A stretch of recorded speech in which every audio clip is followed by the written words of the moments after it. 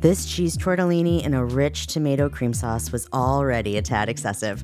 And then I added burrata. Because maybe it's just been one of those days and you need a little cheese therapy.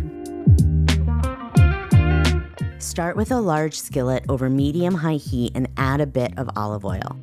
Then add the sausage and break it into crumbles as it cooks. What we're looking for here is lots of crispy brown edges.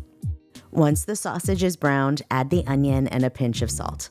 When it's softened, add in the garlic. And as soon as your kitchen starts to smell like your favorite Italian restaurant, you are ready for the next step, the heavy cream.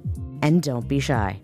As it simmers, it starts to thicken, and that is the perfect time to add in the tomato sauce. Suddenly, we are somewhere between Alfredo and vodka sauce, and nobody's mad about it. If at this point you think you would sit down and tuck into this recipe, leave me a quick thumbs up in the comments.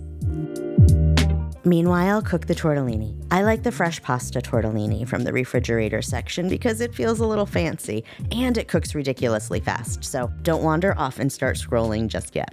Let's get back to the sauce.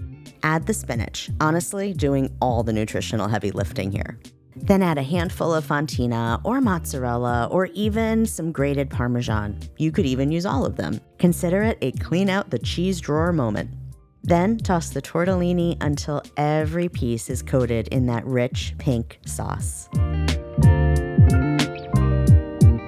Finally, nestle in a few rounds of burrata cheese and watch that creamy, cheesy center spill into the sauce.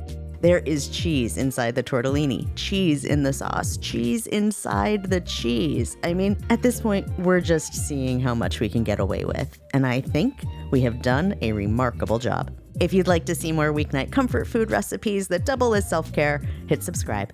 I'm Cassandra Hammerstone, and thanks for cooking with me today.